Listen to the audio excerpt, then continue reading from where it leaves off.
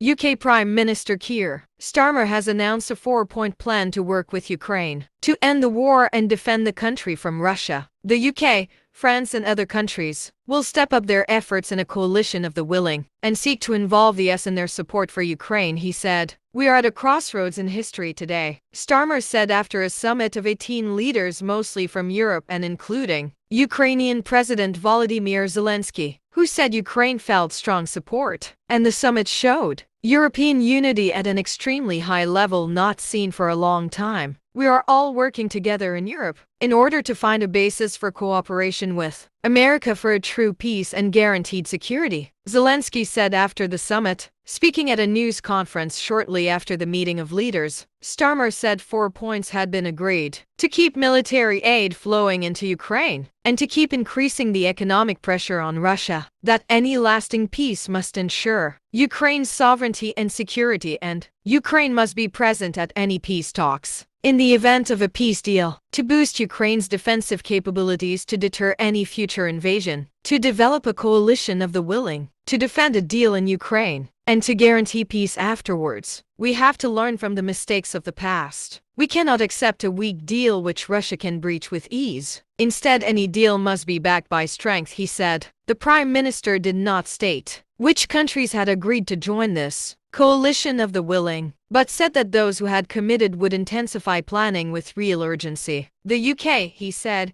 would back its commitment with boots on the ground and planes in the air. Let me be clear.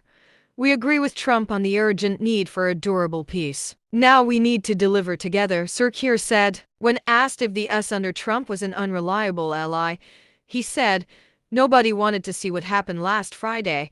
But I do not accept that the US is an unreliable ally.